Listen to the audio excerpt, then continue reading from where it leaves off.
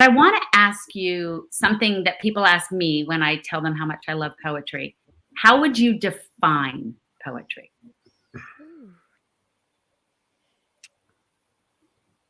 How would I define poetry?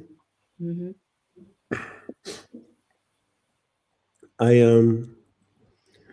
I wrote my first book of poetry in 1994. Wow. It's a book of love poems. And I knew that I had to get out on tour to promote it.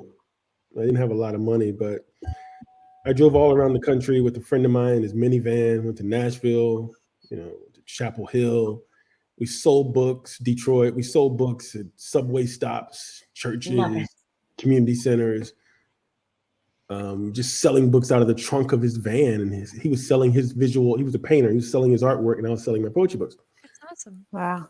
Ended up going to California, to Los Angeles, and was I had like 300 or 400 books in the back of my trunk, and I had I went to a church, and I was going to be signing books in the gift shop at the end of church.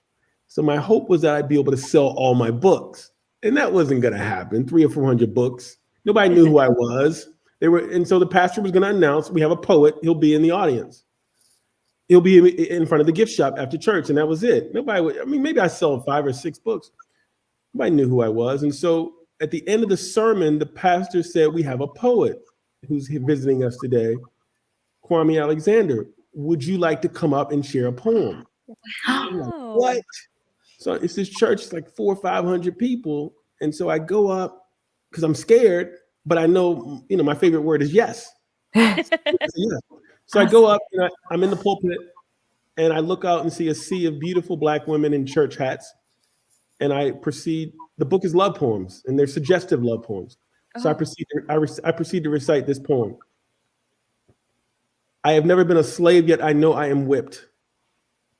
I have never been to Canada, yet I hope to cross your border. Uh-oh. I have never traveled underground, yet the night knows my journey. If I were a poet in love, I'd say that with you, I have found that new place where romance is just the beginning and freedom is our end. It was complete silence until a woman in the back yelled, "Hallelujah!" I sold 300 books that day. I don't define poetry. I just read it. Yeah, I let it do what it's supposed to do, and you feel what you're gonna feel, and that's what it's supposed to be. You're maybe not supposed to feel that in church, though.